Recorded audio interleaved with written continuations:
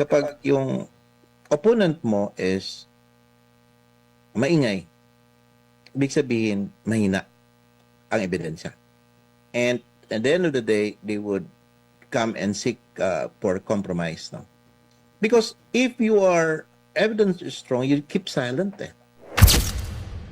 Siguro sa susunod po, tanungin nyo. Kaya lang, puro Facebook yata po siya, no? So, hindi siya matatanong. Siguro pagka nagkaroon ng pagkakataon, tanungin siya, saan niya kinukuha yung mga kwento niya? Sino naman ang po nagsabi sa kanya na magkakaroon lang ng focus sa impeachment?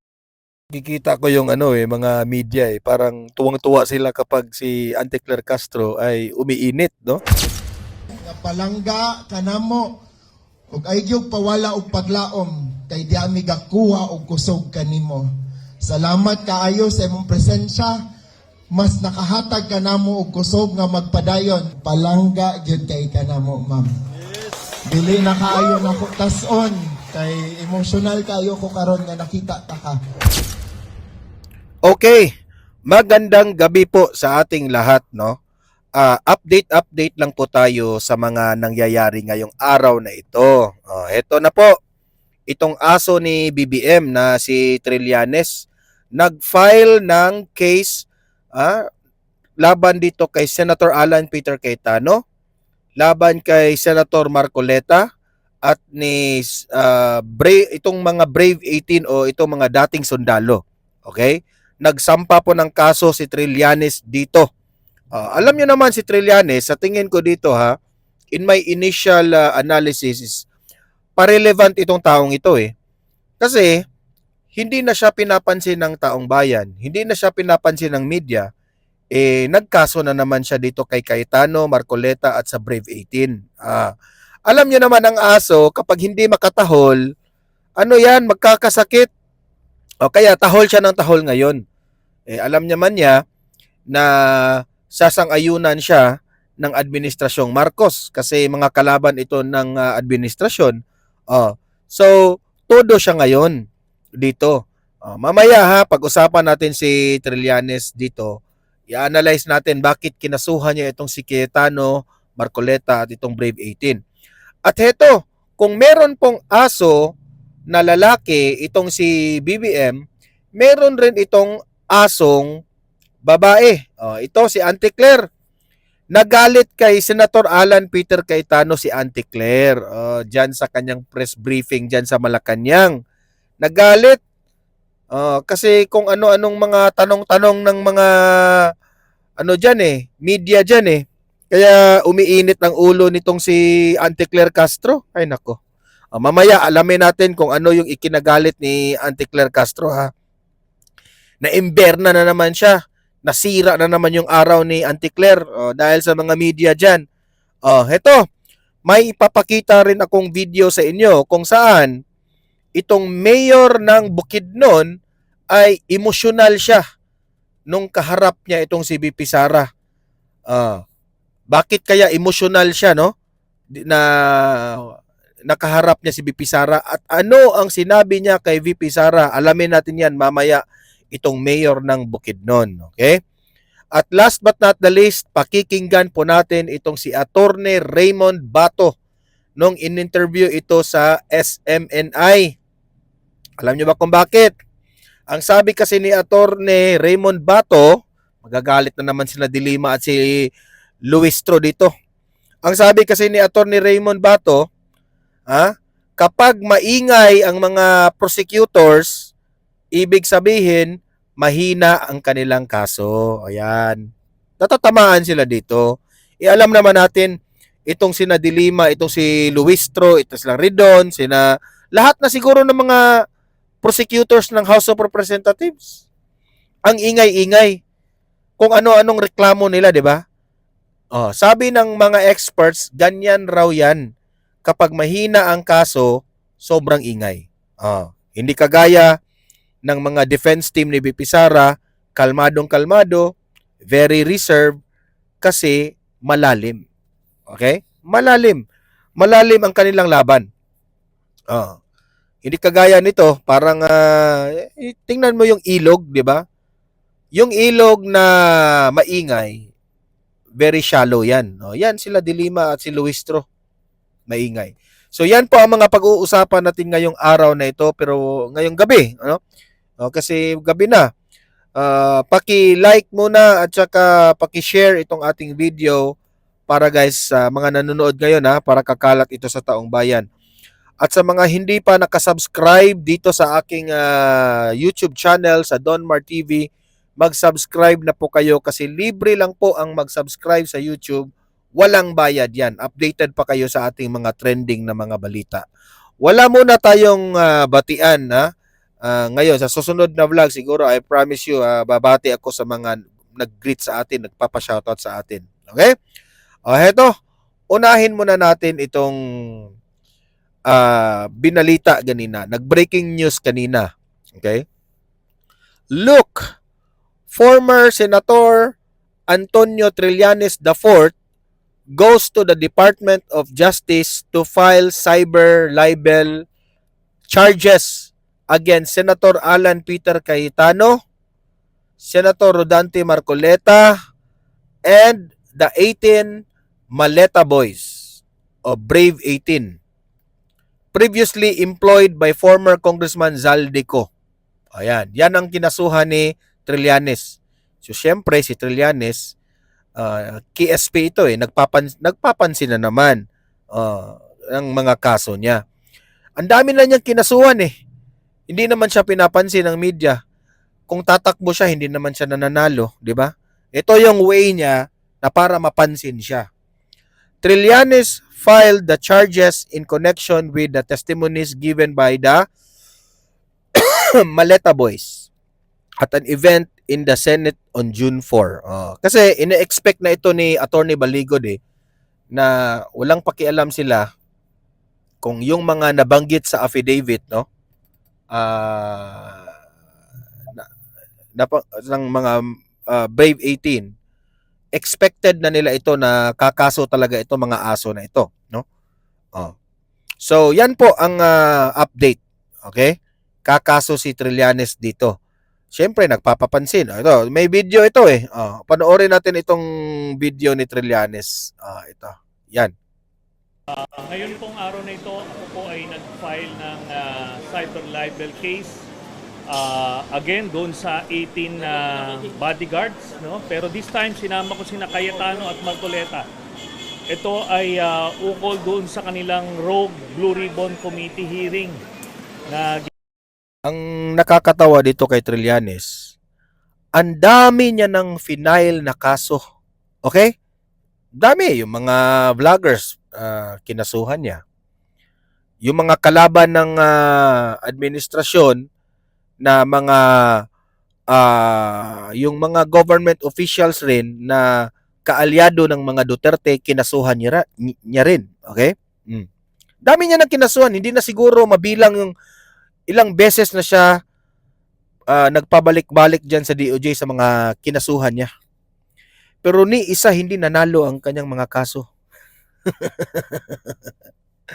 Trillanes, ang taong bayan, may tanong po sa inyo, Trillanes. Ang tanong, totoo ba na nakatanggap ka ng maleta? Sagutin mo yan, Trillanes kasi yan po ang sabi ng mga 18 ex-Marines. Okay? Ito, patuloy. ginawa nila at because of that, wala silang parliamentary immunity. So yun, muli, inulit nila yung mga kasinungalingan na sinabi nila na nagbigay sila ng mali-maliatang pera sa akin para do sa IC. Yan ang dahilan na nag-file siya ng kaso. Kasi sa FA ako, taong bayan ang aking tanungin. Naniniwala ba kayo na nakatanggap ito ng maleta itong si Trillanes? Okay? Naniniwala ba kayo ni Trillanes ngayon na malinis siya? Dalawa lang yan. Trillanes, alam niyo naman sa totoo lang. Ako naawa na ako dito kay Trillanes Naawa ako kay Trillanes kasi kahit anong gawin niya, wala na itong political future Hindi na nga siya manalo-nalo sa pagiging mayor. Lalo na siguro kung tatakbo ito ng congressman o senador, hindi na ito mananalo. Hindi nga mananalo sa sarili niyang lugar. Di ba? So, naawa po ako sa kanya kasi he is very trying hard, no? He is really trying hard to get back in a position, to get back in politics, pero wala na. Number one na nasira ang pangalan nito dahil kay Duterte. Ang pinakaunang dahilan dito, pumunta siya doon sa Davao. Gusto niyang tumakbong presidente yata yon. Oh, tapos gusto niya vice president si Tatay Digong o vice versa, presidente si Tatay Digong, vice president siya. Eh hindi siya pinatulan ni Tatay Digong. Sabi niya, hindi, ayaw ko makipagkaalyado sa iyo. Oh. Nasaktan siya noong pinili ni Tatay Digong si Senator Alan Peter Cayetano as his running mate. Oh, nag-vice president si Senator Alan Peter Cayetano doon eh. Tapos tumakbo si Tatay Digong bilang presidente nung nalaman niyan yung patungkol kay Grace po, di ba? Kung nalaman natin yun, hindi pa ako vlogger at that time ha, pero nakasubaybay na talaga ako doon sa mga Duterte. Talagang DDS talaga ako. Okay? So ngayon ako, naawa ako dito kay Trillanes eh. Kasi kahit anong gawin niya na bumalik yung pangalan niya, wala na, sira na siya. Okay, sira na siya. Daming ang nagsasabi eh, nanalo lang ito bilang senador noon, nung panahon ni Pinoy, kasi naawa sa kanya nung nakulong siya doon sa yung Oakwood Mutiny niya, na nag-surrender rin, di ba? Sus, bakla talaga. Hindi po totoo yun, kaya bawat salita, bawat okasyon na sasabihin nila yung kasinungalingan na yun, magpa-file po ako ng kaso sa kanila. Dahil nung ginawa nila yung rogue committee hearing na yon, wala silang parliamentary immunity, wala silang authority to do that. Sila yung nag-facilitate nun, yung nag-extract ng mga kasinungalingan na sinabi ng mga 18 bodyguards, no? Kaya, ayun. Okay? So,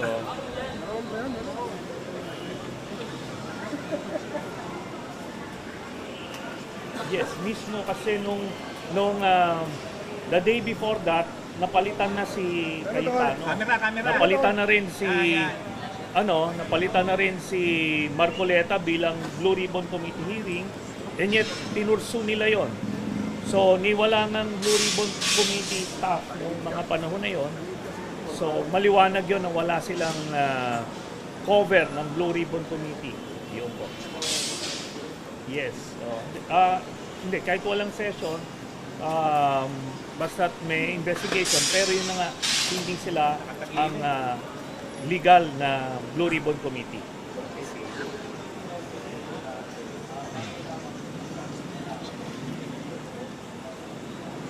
Hindi, ang nature po ng cyber libel is bawat okasyon mo na sinasabi yung kasinungalingan na yon ay one count. Ngayon na it's up to the judge kung i-consolidate nila ito, pero multiple counts na yung ginawa nila.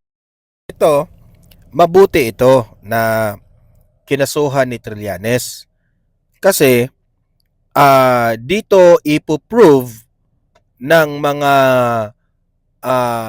pagdating sa korte, no, ipo-prove yan ng 18 ex-Marines na bakit nasabi nilang tumanggap siya ng maleta. Maganda ito, sa totoo lang. Kasi diyan mapapakinggan itong mga Brave 18. Kaya nga sabi ni Attorney Baligod, they are ready sa mga pangalan na nabanggit nila na kapag kasuhan itong mga Brave 18, they are ready at natural lang yan. Alam ko strategy rin yan ni Attorney Baligod kasi kapag kakasuhan sila, talagang doon sa korte mapapatunayan nila, di ba? Na talagang tumanggap. Ngayon, itong bobong si Trillanes, nag-file siya ng cyber libel. Ngayon, Trillanes, ito yung mali mo. Bakit mo finailan ng cyber libel yan? Papatunayan yan ngayon ng mga 18 ex-Marines. na tumanggap ka ng maleta, nakakatakot yan. Dihado ka dito. Yung mga nauna. So ito, bago ito. Kaya itong mga 18 ex-bodyguards na to, habang patuloy sila nagpapagamit dun sa mga political backers sila, meron silang kakaharapin na consequences. Yan po. Hindi yun ang gawin niyang depensa sa korte. Ganun lang po kasi. Camera. Okay? Yan po.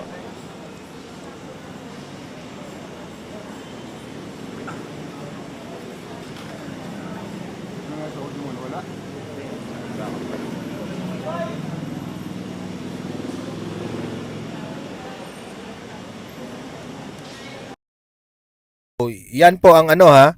Yan po ang pagdating ni Trillanes doon sa DOJ, okay? So, kayo nang humusga kay Trillanes. Oh, buti na lang nag-file ka ng kaso Trillanes. Good luck sa iyo, okay? Oh, heto, panoorin ninyo itong isang attack dog ni BBM. Nagalit dito kay Senator Alan Peter Cayetano. Ito, pakinggan ninyo, play. Siguro sa susunod po, tanungin nyo. Kaya lang, puro Facebook yata po siya, no? So, hindi siya matatanong. Siguro pagka nagkaroon ng pagkakataon, tanungin siya, saan niya kinukuha yung mga kwento niya? Sino naman ang po nagsabi sa kanya na magkakaroon lang ng focus sa impeachment? Kikita ko yung mga media parang tuwang-tuwa sila kapag si Auntie Claire Castro ay umiinit, no? Sa mga tanong nila Tuwang-tuwa sila.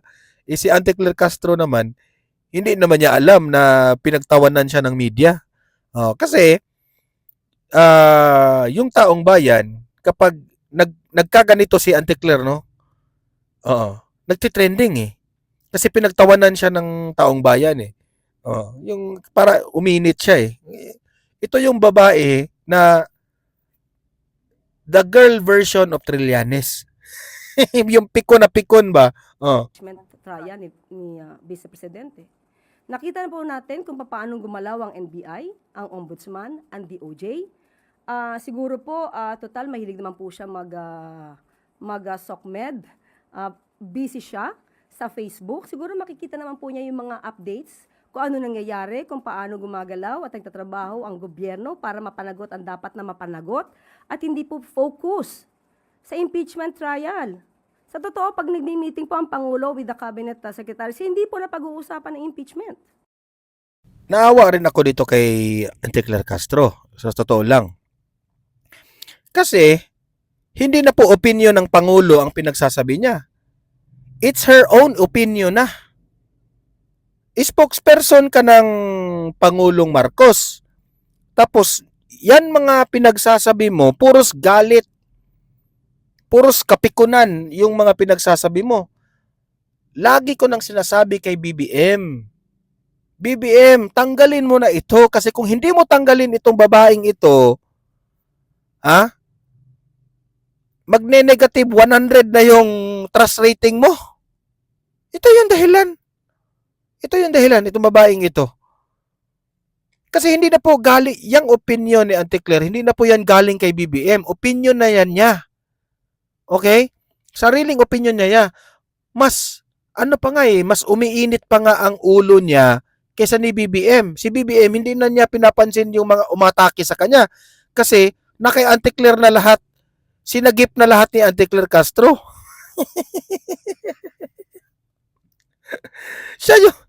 Siya yung nasaktan Ay nako. So saan po kaya hinuhugot ng dating Senate President Alan Peter Cayetano ang kanyang mga kwento? Unang-una nga wala ka nang respeto sa mga government official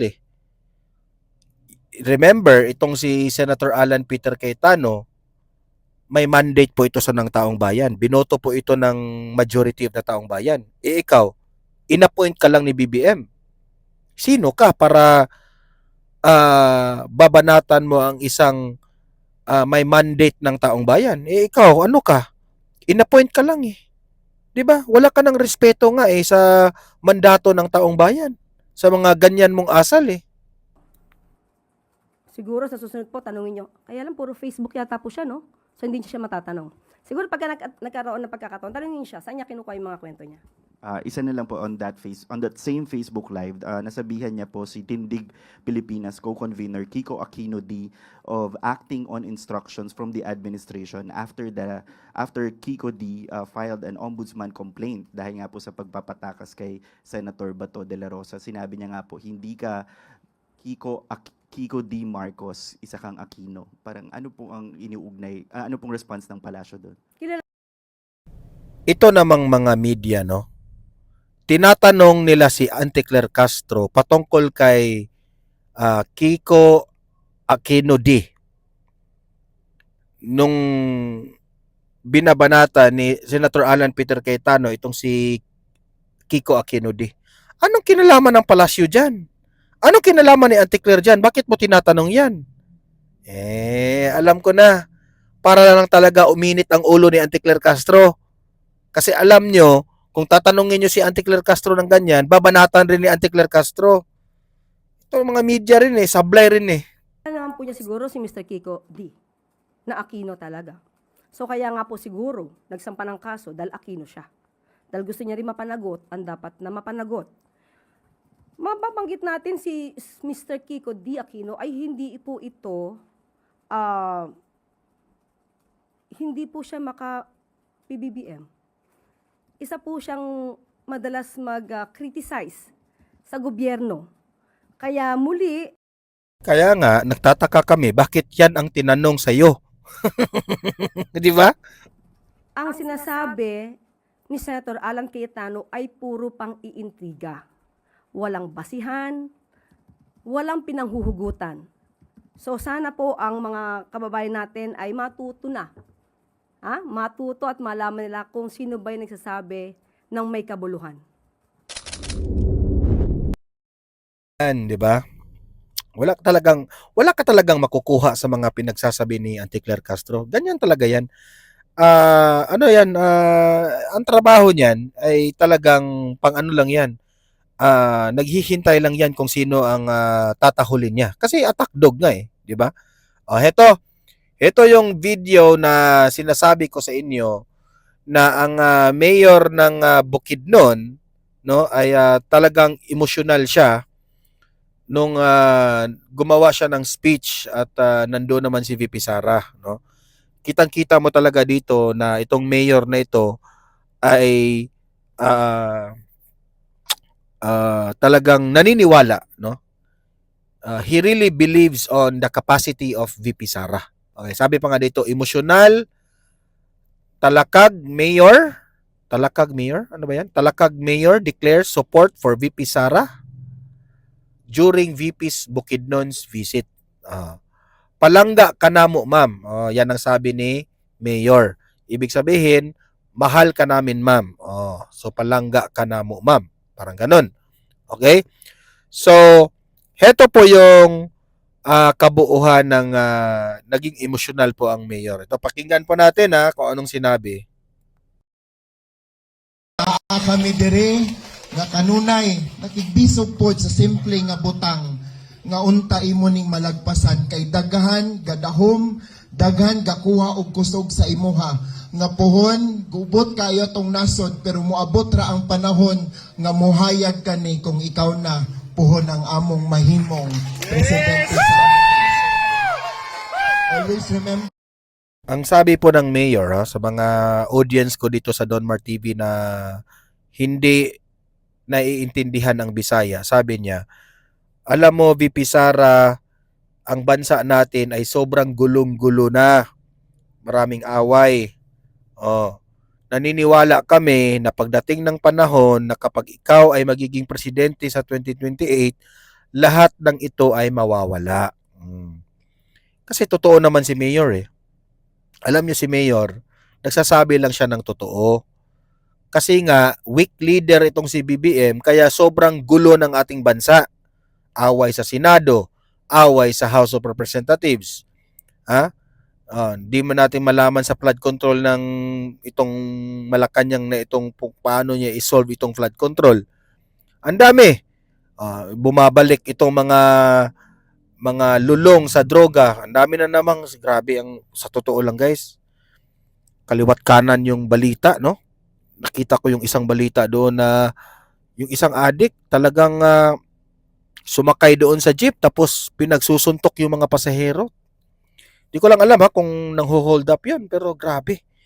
Tapos yung, alam nyo naman, yung nangyari sa Tacloban, tapos yung nangyari sa Cavite, yung mga nananaksak ng mga estudyante, ganun ba? Para bang, wala talagang ginawa ang gobyerno, talagang pasaway yung gobyerno natin ngayon. Yan ang ibig sabihin. Kaya ikaw, Mayor ng Bukidnon, mag-ingat-ingat ka. Kasi baka pag initan ka ng administrasyon ha, kasi nagpakita ka ng suporta ni BP Sara, kung as early as now, nagpapakita ka ng suporta, baka ikaw na naman ang punteriya ng administrasyon ha. Mayor, mahal ka namin at mag-ingat ka. Nga palangga kanamo ug aygyog pawala og paglaom kay di ami gakuha og kusog kanimo. Salamat kaayo sa imong presensya. Mas nakahatag kanamo og kusog nga magpadayon. Palangga gyud kay kanamo, ma'am. Dili na kaayo nako tas-on kay emotional kayo ko karon nga nakita ta ka. Isa ra gyud among assurance, ma'am. Our commitment bisag magkinaunsa naami sa imong luyo. Yan ha. Maganda yung message ni Mayor ha. Sabi ni Mayor na BP Sara, huwag kang mawala ng pag-asa. Kasi nasa inyo kami humuhugot ng lakas ng loob. Tapos huwag kang mag-alala kasi nasa likod lang kami kahit anong mangyari. Yan po ang sabi ng Mayor ng Bukidnon. Palakpakan naman kay Mayor. Ayan, palakpakan kay Mayor at kay VP Sara. Ayan, sa totoo lang, no? Si VP Sara lang naman ang magiging solusyon pagdating ng 2028. Ika nga, the sun will shine again. 'Di ba? The sun will shine again because ang bansa po natin ngayon ay dilim. Madilim talaga sa pamumuno ni BBM. Ubos na ang pera sa bansa natin, 'di ba? Pumalik na yung krimen. Sayang talaga. Sinira talaga ni BBM yung nasimulan na ni Tatay Digong. Kawawa. Tapos pinakulong pa niya si Tatay Digong. Hay nako. Sige lang kasi everything will come back again. Alam naman po natin, ang dami pong mga pasaway ngayon ng mga government officials, especially dyan sa House of Representatives, especially dyan sa Senate of the Philippines. At least, alam na ng taong bayan kung sino ang dapat nating hindi iboto sa 2028. Sino ang dapat nating patalsikin. Okay, sino yung plastic, sino yung walang prinsipyo, 'di ba? Tapos heto pa, yung mga tulfo rin, no, akala natin sobrang tapang ng mga tulfo, yun pala walang bayag yung mga tulfo, 'di ba? So, maraming salamat, Mayor. Heto, pakinggan natin ngayon itong si Attorney Raymond Bato, no, na dahil raw maingay itong si Luistro kasi mahina ang kaso nila, itong mga kalaban ni BP Sara sa impeachment. Kapag yung opponent mo is maingay, ibig sabihin mahina ang ebidensya. And at the end of the day, they would come and seek for compromise. No? Because if your evidence is strong, you keep silent. Because you want to at least get all the surprises available na talagang how to pin down your opponent, no? Or the adverse party for that matter. Para pong ilog yan Kapag maingay, mababaw po, di ba? Pag malalim, tahimik. So, what I'm trying to say is that this kind of technique, yung optics nila, aside from being an optic, is a clear manifestation that their evidence is are actually not that strong, and pinupuna nila in order to create an illusion or an optics to the mind of the people na mahina itong defense ng kabila. Take note that they were always also saying that they should have presented, inarrate daw dapat kung ano yung nasabi doon sa kanilang pretrial brief, sa answer, bakit daw hindi ganun. you don't comment on that. Pabayaan mo yung kalaban mo if that is their style or feeling mo is pangit yung pagkagawa. Pabayaan mo. Let them do that. You concentrate on your own, especially in a Yan ang nangyari ngayon kay Luistro.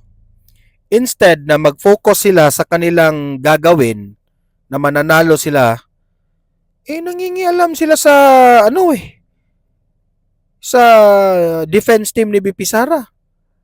Maghintay kayo kasi bigyan man kayo ng oras at panahon para mag-explain ng inyong sides sa side ng defense team, sa side ng prosecutors. Ngayon nangingialam na kayo wala kayong pakialam dyan prosecution like this one because you have the burden of proof to have the respondent convicted.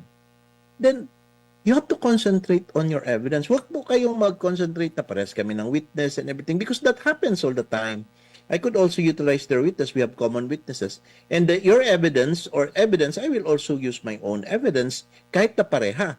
So it is a technique, it is a matter. No? But the moment you start complaining without even any water, which I considered a shallow things, the mga objections and manifestation, it only shows that their evidence are weak. Yan po ang yan po ang highlights dito sa video na ito. Play. Right? Taxes, you will You are be invited. guilty of probably tax evasion. However, there are some sort of allowances wherein you are allowed to make legitimate deductions para matawag na tax avoidance. Pero that is not bend the law. That is provided by the law. Now, kung the law does not provide anything and you bend it, if not twist it, then that is against the law. Hindi po pwede ang bend the law. Pero minsan ginagamit ba ito yung pagbe-bend the law kasi alam nila na hindi agad-agad maikokorekto at tanging ang Korte Suprema lang ang makakagawa ng pag-correct nito pero it takes time pa. Kaya, ibenda lang muna natin. Kung magre-reklamo sila, hayaan natin yan sila. Kung may mali tayo, edi baka aabot na magiging moot ang mga Yes. pangyayari. Pwede bang gamitin yung mga ganyan? At meron bang sinasabi na may pananagutan sila pag laging ganyan ang ginagamit dahil sa proseso po, attorney? Alam niyo yung tinatawag niya na intentional misinterpretation of the law or intentional misuse of the law in order to favor their own interest. And that is not allowed, no? Oftentimes, they will do that. Sabi nga, no, kunyari may gumawa niyan. And then, anyway, hindi pa man clear dito kasi wala pa mang pronouncement and gray area pa ito dito.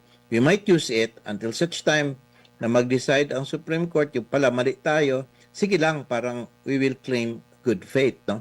Well, a point dyan is that makikita po that there is no good faith because if the main reason why you use, no, bakit mo gamitin or i-misinterpret ang batas in your favor because of, let's say, selective interest, personal interest, in protection or cover-up, then you will be considered in bad faith. So lahat po ng mga nangyayari doon sa time na ginawa mo yun may be invalidated and at worst, you may be criminally responsible.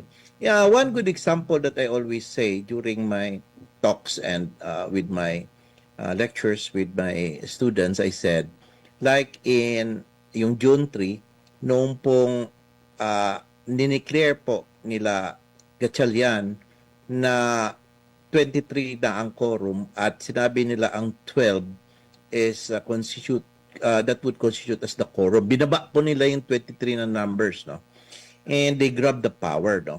Now, aking issue dyan is that whether or not they did it in good faith, considering daw sa Avelino versus Cuenco, and at the same time, yung mga past things na nangyari sa Jordan de Rilon, etc., it would, taking into the whole context, yung ginawa ba nila doon, at saka yung mga corresponding na pangyayari before they formally took the true majority, yung nagkaroon ng special session, between that period, yung pong pinagagawa nila, tama po ba yon?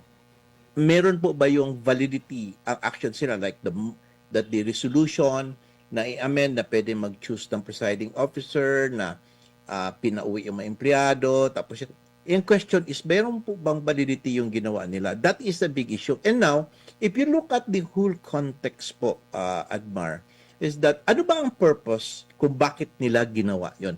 Then their good faith purpose would be saying that gusto namin magtrabaho. Gusto namin hindi makripol ang Senado. Okay? Now, if we could prove, if the other camp would be able to prove that the purpose is really to prevent the ex-soldiers to testify, then they are in bad faith. Because immediately after that, kasi binuwag ka agad and they said there is no stop ang session on Blue Ribbon Committee in order that until further notice, no? And then, nung nag-conduct na sila ng session, hindi naman din sila nagtrabaho because ang mga pinag-a-approve naman nila is ibang reorganization kaagad, no? And during sa special session, when President Marcos called, no, hindi nga na-follow yung agenda na gusto ni Marcos, na hindi naman din siya priority bills, no, in the first place. And pagdating sa special session, talagang kinuha lang nila formally yun pong upuan ni Cayetano. And thereafter, ang first legislation nila was to declare Waling-Waling as our national orchid. Opo. Pero dito tayo sa ibang issue naman. Sige po. Attorney, no. Unahin ko lang muna, bilang taga Davao rin, may pangyayari nga doon sa Tacloban, no. Nagbigay. Forward lang natin doon sa issue ng impeachment ni VP Sara kasi tapos na yung sa Tacloban. Dependent on this gadget. So, meron po tayo. Pwede na niyang pwede siyang hindi alam niyo na yung mga napapanood, no, na ngayon kahit na Somehow give importance to the victims. Facilities in having this intervention, kung buhay man siya, part ng technique, yung optics nila, aside from being an optic, is a clear manifestation that their evidence is are actually. Ito na yung patungkol sa impeachment ito na. Ni-forward natin kasi po yung kanina topic yun about the Tacloban, yung nangyaring incident. Ito naman yung sa impeachment. Not that strong. And pinupuna nila in order to create an illusion or an optics to the mind of the people na mahina itong defense ng kabila. Take note that they were always also saying that they should have presented, inarrate daw dapat kung ano yung nasabi doon sa kanilang pretrial brief, sa answer, bakit daw hindi ganun. You don't comment on that. Pabayaan mo yung kalaban mo if that is their style or feeling mo is pangit yung pagkagawa. Pabayaan mo. Let them do that. You concentrate on your own, especially in a prosecution like this one, because you have the burden of proof to have the respondent convicted. Then you have to concentrate on your evidence. Huwag po kayong mag-concentrate na pares kami ng witness and everything because that happens all the time. I could also utilize their witness. We have common witnesses. And your evidence or evidence, I will also use my own evidence kahit na pareha.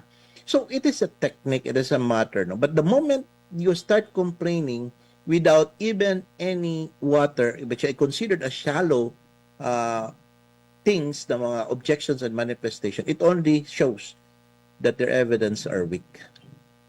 Yun nga po, no? Pero yung dahil ba hindi lang sila sasalang sa impeachment court, kundi maging sa court of public opinion, kaya nadadagdagan itong maliban sa pagpresenta, paghahanda ng ebidensya, pati yung mga propaganda, mga pahayag, kasama po dito. Kasi alam natin, ang impeachment court kasi hindi yan kagaya talaga ng regular na korte. May halong politika yan, manunood, malimit, heavily publicized talaga yan. So makikita, mapapanood ng taong bayan. Kaya kailangan ng ganito, parang kagaya sa panahon ng digmaan, na meron ding mga propaganda. Halimbawa, dito lang sa nangyari sa US at Iran, may kanya-kanya silang mga propaganda at mga pahayag. Attorney, tama po ba? Yes, that's true. Akin naman, if that is the style of the prosecution, hindi subtle ang pagkagawa nila ng optics. They are going to the point of propaganda na that would involve, meron naman silang grupo na nagagawa ng optics na ganyan. So what I'm trying to say is, if you want to maintain that kind of parang integrity at saka yung kagalingan mo para sa perception ng tao na malakas sila, then you should at least look like that. No? Na tinan mo ang defense ng grupo is that very calm when they talk direct to the point in the law. And we know for a fact na meron din silang mga at the back. It's possible na somebody or voluntary nagka-propaganda in favor of the defense. But that is that one thing na hindi nila ginagalaw. They always say we cannot comment on. Ngayon kasi, nako-compare na natin kung sino yung mga bobo na mga lawyers at yung sila Luistro, yung prosecutors, sobrang babaw po ang mga explanation nila. Hindi kagaya ng defense team ni BP Sara, grabe, malalim. 'Di ba? Every time na i-interview nga itong mga defense team ni BP Sara, parang paranoid itong mga prosecutors That because it should be done, we will file our response and everything. It makes them more professional. On the other side of the camp, ng grupo ng prosecution, nangyayari tuloy is nakikita silang nakikipag-away na parang bata. Hindi sila nagiging professional tingnan, no? Except for a few, no? But karamihan is that because probably aside from the fact that yun din ang kaya nila na engagement. But take note ha, may nabasa ako and parang sinabi nga doon, meron ako narinig na yung pala mag-appearance lang pala sila doon, pakita, then aalis, iiwan na sa private prosecution.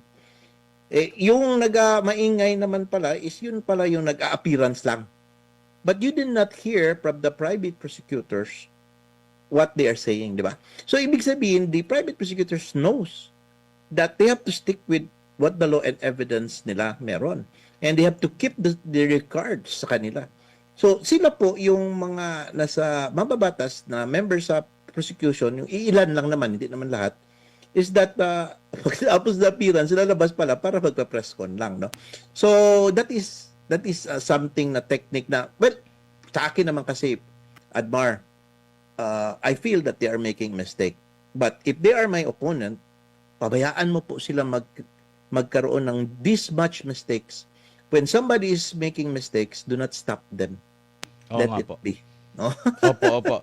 Huli na lang, Sure, meron po sure. bang No paliwanag, attorney, kung bakit kailangan ng 2/3 or super majority para ma-convict, para ma-impeach ang isang impeachable official? Because the Constitution said so. Wala tayong magawa niyan eh. Sabi kasi ng Constitution, 2/3 of all the members of Congress. I-try po ninyo sa lahat po ng nanonood dito ngayon. Try nyo po i-search sa Gemini, search nyo sa ChatGPT, sa Google and everything. Ano ang meaning niyan? And it always lead to the saying that all members, supposing there are 24 members, how many is 2/3 of all the members of the Senate? Then they would say it's 16. How about if there are already 23 members of the Senate dahil namatay ang isa? Then, ang computation, constitutional denominator would be 23. Opo. Because it is always the members of the Senate. Now, those people advancing that it must be flexible, it is not written in stone and everything, you have to look at their backgrounds. Lahat po sila niyan is talagang almost all of them are aligned with the same desire to remove BP Inday. Dito naman sa Meaning to say, nagmamagaling sila. Kasi, kailangan nilang i-bend ang law. Kahit alam nila na mali sila, pero i-bend nila kasi layunin naman nila i-impeach si BP Sara. Pero kung re-respeto po tayo sa konstitusyon natin, talagang Bato and Senator Jinggoy are still members of the Senate. Kasi hindi sila namatay, hindi man sila nag-resign. aside is that even if they are not aligned with BP Inday yung iba, if they just follow the Constitution and what it says, yun ang sinasabi eh. And they have to follow that, no? Because that is what the Constitution says. Meron tayong principle po na kapag hindi po sinabi, wag niyo po dagdagan. Apo. Kasi parang gusto nila unless, ganyan na interpret. Hindi, wala kasi in-interpret na ganun eh. So, wala kasi sinabing yun, wag na po nating dagdagan. Opo, clarify ko lang po, Yes. attorney, no? Mali na Advance. naman yung 2/3 doon. Pero wala bang talagang paliwanag, lalo na doon sa mga framers, yung pinaka-essence, pinaka-espiritu, pinaka-kaluluwa, bakit napili nila na 2/3 talaga ang ilagay nila doon? Actually, ni-search ko yan siya dito, Admar, no? And I think I still have my research here. Kasi ang discussion at the time by the framers, kasi tinignan ko doon sa website ng Supreme Court, no? Yun, ang konti lang passing nga eh. Dumating lang, hindi nga talaga pinag-usapan yun siya. And I think that the main reason this was done, is to protect, no? The main reason is to protect the unceremonious or parang yung paggamit ng impeachment proceedings to politically attack an opponent, because we know for a fact this is political in nature also. In order that yung mapapailan lang ng kaso po, Admar, is a person or impeachable official that has committed a serious wrong that it is considered as so culpable, at even the public would say that he did something wrong, not so grave that he or she must be removed from office. So that is the purpose, though. That's the reason the highest given of yung 2/3 na parang protection, no? That is the tawag na you need to have a supermajority to make sure na yung tatanggalin po is not for purposes of na politically motivated, but really that particular person committed a wrong that is so much grave and actually a culpable violation of the Constitution. Binasa ko po yung primer sinabi yung mga statements nila doon, and dinaanan lang talaga yan siya. And I think they inserted that in order that that is really the intention, no, to make it very, very much difficult to remove an official para wala po yung gamitin for political purposes or political persecution. Napakalinaw, attorney. Salamat po. Saan ba masusundan ang mga opinion? So ayan malinaw po ang explanation ni Attorney Raymond Bato. Mag-comment na lang po ha, at babasahin natin ang inyong opinion. Sang-ayon ba kayo sa mga explanation ni Attorney Raymond Bato? At paki-like, paki-share na lang, no, sa mga nanonood ngayon. Sa mga hindi pa nakasubscribe, subscribe na po kayo. See you in my next video. Have a great day, have a great night. God bless po sa ating lahat. Mabuhay ang Pilipinas, and God save the Philippines. Bye-bye!